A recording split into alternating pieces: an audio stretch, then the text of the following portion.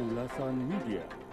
Rekan Dakta, saatnya kita masuk di segmen ulasan media bersama wartawan senior Bapak Cahya Gunawan. Assalamualaikum Pak Cahya.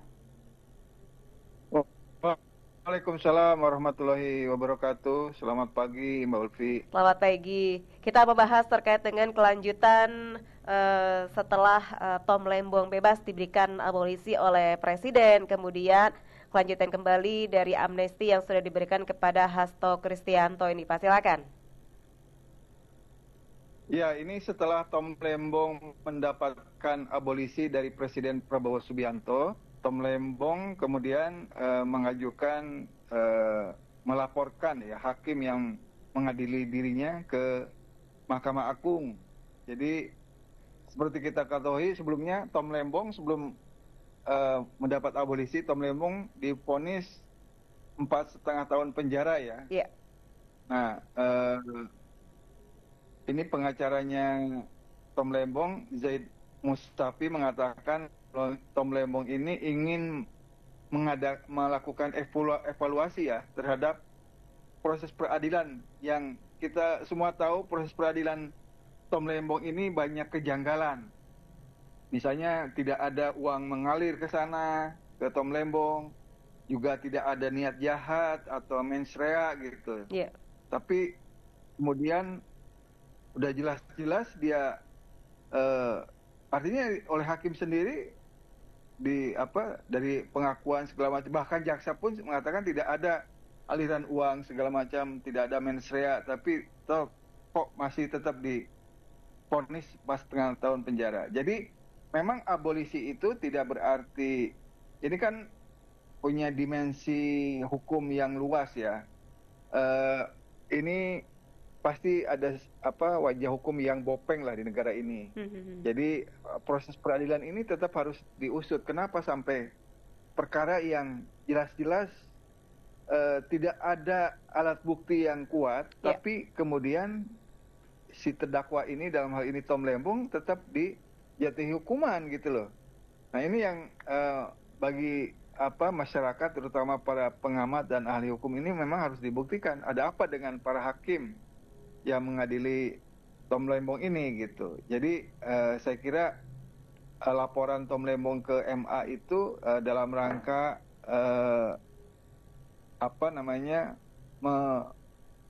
mencari duduk persoalan. Kenapa kasus ini bisa terjadi seperti ini? Apalagi ya kan, kalau kita lihat sandingkan ya dengan kasus Sylvester Matutina itu kan sudah divonis, sudah inkrah sejak tahun 2019. Tapi yang bersangkutan sampai sekarang belum dimasukkan ke penjara. Iya. Walaupun Kejaksaan Agung sudah menyatakan harus dieksekusi oleh Kejaksaan Negeri. Nah itu dari 2019 loh. Sementara Tom Lembong cepat sekali tuh ya Tom pada Lembong saat dia diproses aja langsung di penjara. Nah itu jadi kan kepada masyarakat itu menggambarkan ada apa dengan negara, dengan proses peradilan kita gitu. Jadi ada diskriminasi yang sangat jelas. Ini tokoh yang terkenal loh, dua-duanya. Yang satu Sylvester Matutina itu adalah Ketua Umum SOMED, Solidaritas Merah Putih, organ pendukung Pak Jokowi, ya kan? Ya. Yang satu Tom Lembong itu adalah co-captain dari tim suksesnya Anies Baswedan, Muhaimin Iskandar pada saat Pilpres lalu. Nah, ini tokoh seperti itu, artinya belajar dari dua kasus hukum itu yang perlakuannya yang berbeda, ini kita bisa menggambarkan, menarik kepada kita masyarakat biasa, bagaimana kalau kasus itu menimpa kita, ya kan? Masyarakat biasa bisa diperlakukan lebih parah dibandingkan Tom Lembong, kan bisa imajinasi orang, spekulasi orang bisa seperti itu, ya kan? Jadi bagaimana dari pemberian abolisi dan amnesti yang diberikan oleh Prabowo Subianto itu bisa membenahi tata kelola peradilan kita sehingga hukum itu tidak tajam ke bawah, tumpul ke atas gitu. Jadi jangan sampai hukum itu dijadikan sebagai alat kepentingan dari penguasa. Iya. Ya kesimpulannya kenapa Sylvester Matutina itu tidak dihukum, di penjara, itu pasti orang kesimpulannya karena ada orang kuat di belakangnya. Siapa ya orang kuat itu? Ya presiden gitu loh. Iya, benar. Waktu itu Jokowi. Kan kira-kira begitu ya kan? Kenapa Tom Lembong itu belum terbukti masih dalam proses persidangan, bahkan penyelidikan di Kejaksaan Agung sampai di penjara. Lagi-lagi pasti ada orang kuat. Siapa? Ya presiden. Siapa presidennya? Ya walaupun di zaman Prabowo ya di ininya, tapi ini sudah diproses sejak di zaman Pak Jokowi. Di akhir masa jabatan Pak Jokowi ini bukan sprindik istilahnya ya. Kalau sprindik kan di KPK ya. Kalau di Kejaksaan Agung itu penyelidikannya itu sudah dilakukan sama Tom Lembong itu gitu loh. Nah, jadi kelihatan sekali kalau hukum di kita itu kemudian dijadikan alat kepentingan penguasa, kepentingan politik penguasa. Nah, belum lagi kita bicara masalah kepentingan ekonomi ya dari orang-orang yang punya modal, yang berperkara di pengadilan. Pasti itu menggunakan kekuatan uang juga untuk mengatur hakim, jaksa, dan segala macam. Itu banyak kasus lah, di mana hakim tangkap tangan oleh kejaksaan, oleh KPK, nah kayak gitu. Bahkan ada salah satu hakimnya, hakim tipikor yang sedang mengadili Tom Lembong sebelumnya kan ditangkap oleh Kejaksaan Agung karena terlibat dalam. Nah, jadi ini semua masyarakat ternyata kondisi hukum peradilan kita ini sangat buruk, sangat tidak baik. Tidak dalam keadaan baik-baik saja. Oleh karena itu, jadi kalau Pak Prabowo ini berkomitmen untuk memberantas korupsi, ya juga diberesin juga ini aparat penegak hukumnya, baik yang ada di kepolisian, di kejaksaan maupun di kehakiman, di para hakimnya itu. Jadi ini memang tugas berat dan panjang ya, artinya butuh energi yang panjang bagi presiden untuk membenahi semua ini, karena ini kan sudah sistemik gitu ya.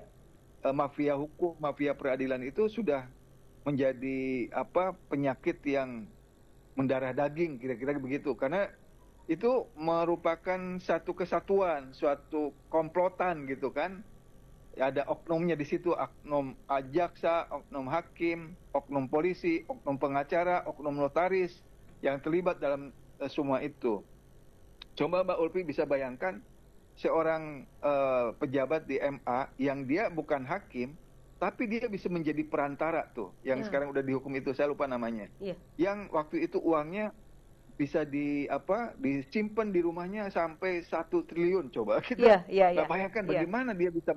Yang kasus Surabaya itu ya Pak ya? Iya betul. Kan karena dia juga tahu kalau dia masukkan ke bank pasti dia dicurigai oleh PPATK kan gitu. Udah ditelusuri ya. Uang dari makelar kasus itu semua dia simpan tuh di rumahnya. Nah, mungkin itu uang itu dibayarkan ke siapa lagi. Nah, sampai sebegitunya negara kita ini yang disebut kita ini sebagai negara hukum, tapi kenyataannya adalah negara mafia. Saya kira itu gambarannya, Mbak Ulfi. Ya, hukum itu ternyata bukan benar atau yang salah, tetapi siapa yang berkuasa, begitu ya Pak ya? Iya, siapa yang berkuasa atas politik, atas uang, atas ekonomi ya. Jadi siapa yang memiliki uang, kekuatan modal, dia yang berkuasa. Hukum bisa diatur. Siapa yang punya kekuasaan politik, dia yang bisa ngatur peradilan hukum, kan gitu jadinya. Realitanya seperti itu. Itu suka tidak suka, senang tidak senang, memang faktanya seperti itu. Nah, yang jadi korban ya rakyat jelata. Rakyat itu yang kalau sebelum-sebelumnya menyandarkan kepada pengadilan itu sebagai benteng terakhir mencari keadilan, sekarang udah tidak bisa diharapkan lagi. Masyarakat banyak kan pasrah, karena tidak ada lembaga hukum yang bisa menegakkan keadilan gitu. Akhirnya kan banyak orang sebagian berpikir kenapa enggak, kalau dalam model film-film itu ada dark justice gitu ya. Ada orang yang betul-betul menegakkan hukum secara adil dengan caranya sendiri gitu loh. Misalnya ada hakim yang terlibat dalam permainan mafia hukum, dia langsung tembak misalnya, atau jaksa atau polisi misalnya gitu. Iya. Nah, apa ada orang sampai berpikir ke arah situ? Karena ini kan sekali lagi ya, kalau keadilan itu tidak bisa ditemukan di meja hijau, ya orang kan artinya mencari jalannya sendiri-sendiri kan gitu akhirnya. Benar. Itu saya kira, Mbak Ulfi. Ya, baik. Pak, jadi untuk istilahnya memulihkan kepercayaan masyarakat juga pasti akan berpikir nanti para koruptor juga akan sama seperti itu, Pak, karena berada di bawah kekuasaan saat ini. Begitu, Pak? Ya, memang sekarang ini tugas yang harus dilakukan oleh pemerintah, eksekutif, dan legislatif itu bagaimana menggolkan undang-undang perampasan aset koruptor. Jadi ini kan undang-undang ini sudah ada tuh draftnya kan, tinggal dibahas. Masalahnya kan DPR-nya tidak mau gitu loh. Iya. Nah ini yang kemudian kita melihat koboi-koboi Senayan ini seolah-olah ingin melindungi koruptor. Kan kalau undang-undang perampasan aset koruptor itu diberlaku, itu kan dimiskinkan. Jadi misalnya seseorang korupsi, terbukti korupsi, divonis, langsung asetnya itu rumah segala macam diambil oleh negara, ya kan? Nah dengan begitu dia tidak main tuh, kan biasanya gini Mbak, perhitungan para koruptor gini, misalnya dia korupsi 1 triliun, ya kan? Yeah. Katakanlah dia di berbagai proses persidangan, penyidikan sampai persidangan itu dia udah mengalokasikan tuh budget anggarannya untuk menyogok jaksa sekian, hakim sekian, pengacara sekian, notaris sekian, semua yang terlibat dalam proses peradilan itu sudah dialokasikan. Kalau misalnya nanti di pengadilan tingkat pertama dialokasikan anggaran sekian, banding, kasasi, itu udah di ini tuh anggarannya itu untuk nyogok itu. Kemudian nanti kalau misalnya tetap di penjara juga, nah dia selama di penjara dia akan nyogok juga oknum sipir segala macam di penjara. Yeah. Bagaimana supaya dia di penjara tapi tidak susah lah, kira-kira gitu ya. Nah itu semua cara berpikirnya begitu Mbak, para koruptor itu. Nah tapi kalau undang-undang aset itu diberlakukan, dia betul-betul akan menjalani hukuman sebagaimana seharusnya gitu loh. Tidak misalnya di penjara di Sukamiskin, tapi seperti di rumah sendiri misalnya kan. Yeah. Enak gitu di penjara tapi enak. Bahkan bisa keluar masuk. Karena bisa nyogok dengan uang segala macam. Nah, kalau sumber uangnya si koruptor itu dirampas, diambil alih, di take over oleh negara, dia tidak bisa apa-apa lagi gitu. Nah, itu sebenarnya tujuan utama dari undang-undang perampasan aset koruptor itu di situ, Mbak. Jadi yang satu hal lagi yang lebih penting adalah pembuktian terbalik, Mbak. Jadi ada orang kan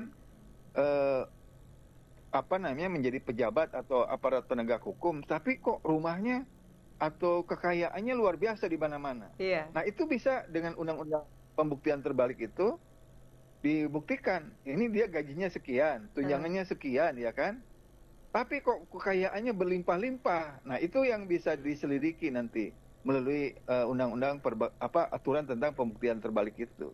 Jadi sekali lagi saya lebih apresiasi penataan peradilan di Indonesia itu harus dibarengi dengan itu tadi, undang-undang perampasan aset koruptor dan pembuktian terbalik itu. Saya kira itu Mbak Ulfi. Baik.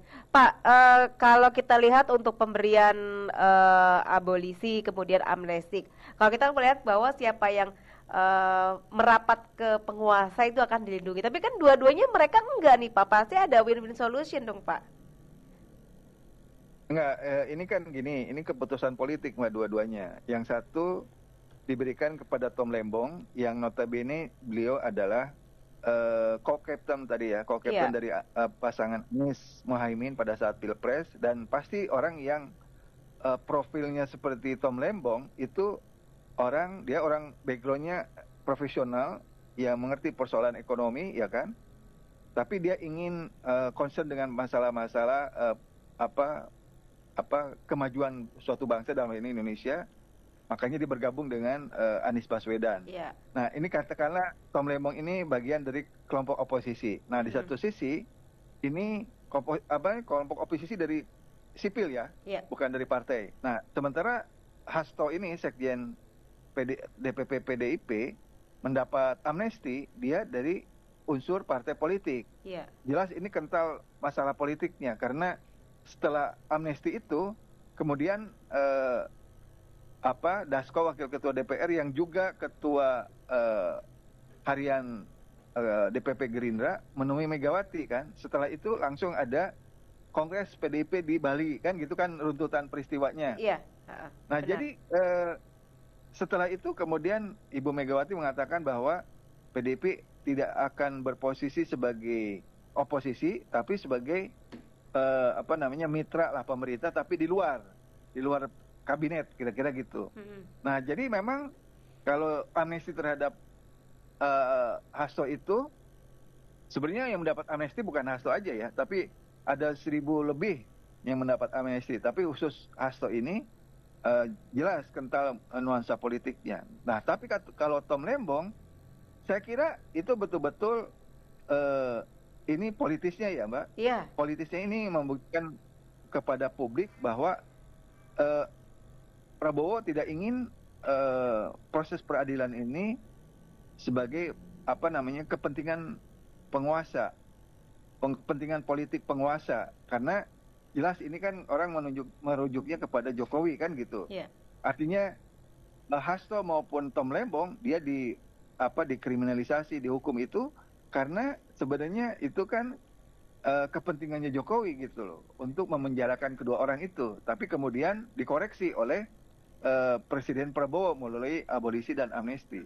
Jadi saya kira ini akhirnya orang melihat bagaimana pertarungan dari kasus abolisi dan amnesti ini, pertarungan antara Pak Prabowo dengan Pak Jokowi. Walaupun Pak Prabowo mengatakan selalu menghormati mantan presiden ke-7 ini, yaitu Pak Jokowi.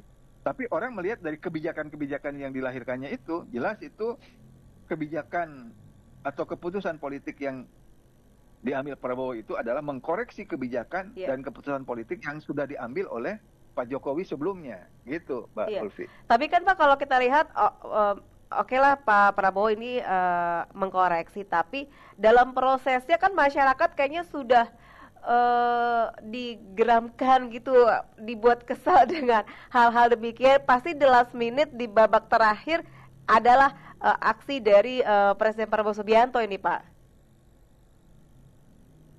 Ya, sebenarnya geramnya tuh gini kan, kalau tuntutan masyarakat itu, ya kan, dia maunya itu Jokowi diadili, ya kan, lalu Gibran dimajulkan dan ada reshuffle kabinet, kan, kira-kira itu trituranya itu 3 tuntutan rakyatnya itu.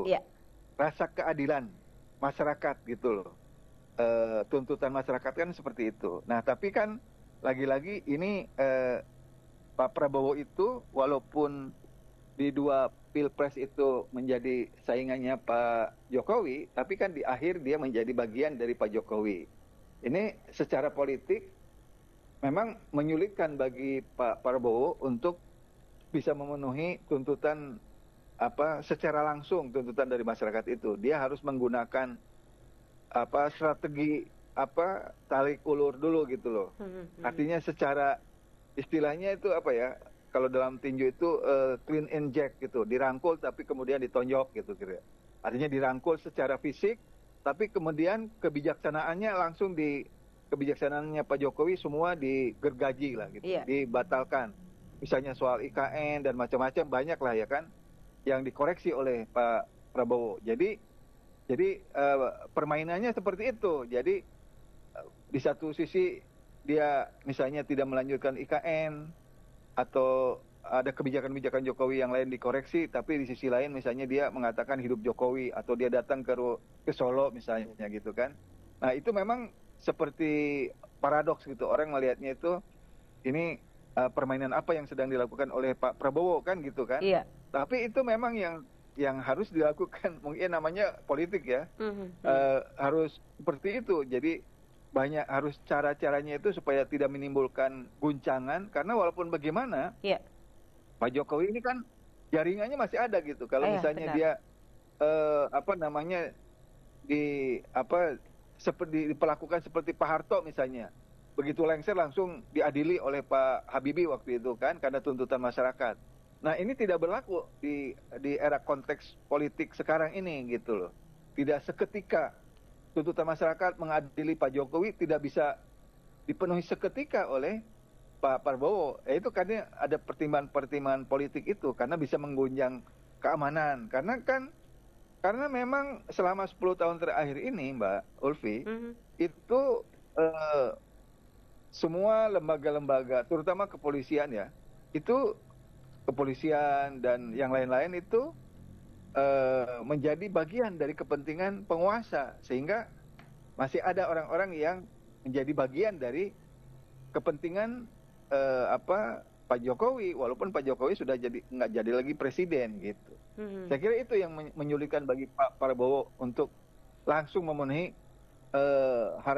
tuntutan dari masyarakat itu untuk misalnya yang tadi Tritura itu tadi, gitu Mbak Ulfi. Iya, kalau untuk Sylvester apakah juga akan turun tangan nih Pak Presiden? Itu kan sudah jelas, tidak turun tangan langsung, tapi Kejaksaan kan sudah menyatakan ya kan, Kejaksaan Agung melalui humasnya itu kan Pak Anang udah mengatakan harus dieksekusi gitu. Nah tapi kan sampai yang saya tahu saya sampai sekarang kok belum dipenjara juga. Nah ini kan menimbulkan tanda tanya nih. Iya. Kejaksaan sendiri loh sudah menyatakan supaya artinya ini kan di wilayahnya Kejaksaan Negeri Jakarta Selatan ya. Iya. Tapi kan harusnya langsung eksekusi kan gitu kan logika hukumnya. Iya. Kenapa tidak agak susah tidak gerak cepat gitu, nggak gercep kok Kejaksaan tuh kayaknya ada lambat ya Pak. Lambat gitu. Iya. Nah ini ada apa? Kan ini jadi tanda tanya nanti. Nih orang langsung gambarkan jangan-jangan memang kekuasaan Pak Jokowi masih ada itu pengaruhnya gitu loh. Gitu. Jadi walaupun Kejaksaan melalui humasnya sudah menyatakan perlu eksekusi, tapi kok tidak dijalankan juga. Ada apa ini gitu? Apa masih hal-hal begini harus presiden juga yang turun tangan? Iya. Melalui apa instrumennya gitu kan gitu. Terlalu ketinggian kalau presiden harus turun tangan untuk menangani soal eksekusi aja gitu.